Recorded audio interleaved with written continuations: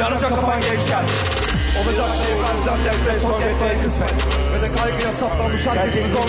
Üstelik yaşama sevincine el koyan denge. Ve umutların her geç ölüm. Bir de bakarsın her şey sönük. Süreyle gerekten görür. Hızlı yaşayan erken ölür. Bir yakarsa söndüremezler. Geri döndüremezler. Bize heyecanlandıramıyorsa bir şeyler akıl öldüremezler. Herkes delirmiş. Hiç etkinlik var edik değil. Pisliklere itildik. Bizi bitirmiş çelişki. Bilemezdik değişti. Daha dur hele ne içtik. Bilincine yitirmiş. Şehir kurtları tedirgin. Korkumu cebinde yoktur. Tıplıyor herkes kanguru sanki.